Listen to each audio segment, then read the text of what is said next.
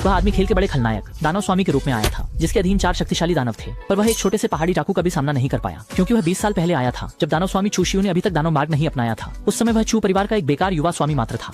गनीमत है कि वह 20 साल की गेम कहानी जानता था। एक बड़ा मौका पहले ही हथिया कर गेम में खलनायक बॉस की निश्चित मौत का अंत बदल सकता था। और कुछ समय पहले वह दक्षिण देश के सबसे अमीर व्यक्ति का नाजायज बेटा था। नाजायज होने के कारण वह परिवार की सत्ता की लड़ाई में शामिल नहीं हो सकता था, इसलिए उसने समझदारी से एक बिगड़े हुए अमीरजादे का रूप धारण किया। या तो शराब और रंगीनियों में डूबा रहता था, या फिर मार्शल आर्ट गेम महाजंगजू में।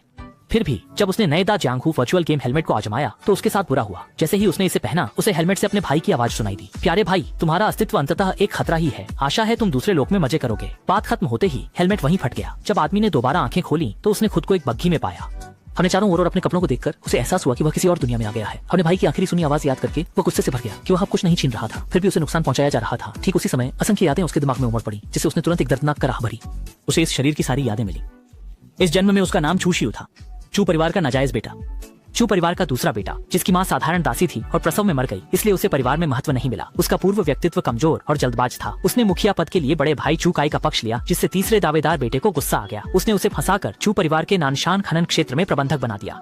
पूर्ववर्ती को वहाँ 3 साल रहना था, पर हाल ही में चू परिवार ने वारिस चुनने का फैसला किया। भले ही वह एक दोषी उपपुत्र था, फिर भी वह योग्य था, इसलिए उसे भी चू परिवार में जल्दी बुला लिया गया। वह चू परिवार लौट रहा था। शरीर का रहस्य जानने के बाद उसने उत्सुकता से एक छोटी कटार उठाई और उसमें अपना चेहरा देखा। चूशियू नाम से जोड़कर उसे अचानक कुछ सूझा। मुझे लगता है कि मैं जानता हूँ कि मैं कहाँ आया हूँ और चूशियू कौन है। असल में उसके पारगमन से पहले महान जियांगहू के तीसरे अपडेट में मुख्य खलनायक दानव स्वामी चूशियू था। वह यान राज्य के चू परिवार में जन्मा था, जिसने पारिवारिक घटना के बाद कई मुश्किलें झेली, जिससे उसका स्वभाव बदल गया और वह राक्षसी मार्ग पर चल पड़ा।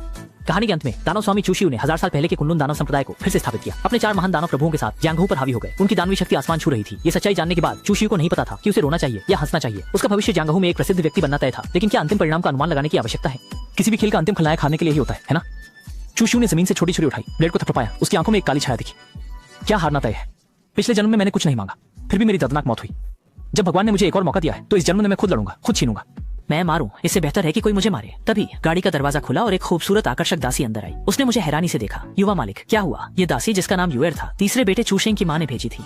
यह हास्यास्पद था कि पूर्ववर्ती को लगा कि यह दासी परिवार ने उसे दी है और वह उस पर बहुत मेहरबान था। नतीजा ये हुआ कि जब पूर्ववर्ती नानशान खनन क्षेत्र में था तो उस दासी ने न केवल उसके नाम का दुरुपयोग करके अपनी मनमानी की, जिससे उसकी बदनामी हुई, बल्कि उसने गुप्त रूप से उन अपराधियों और गुंडों को भी उकसाया और प्रताड़ित किया, जिससे दंगा भड़काने की कोशिश की। साफ तौर पर पूर्ववर्ती को मौत के घाट उतारने का इरादा था। ये देखकर चूशियू मुस्कुराया।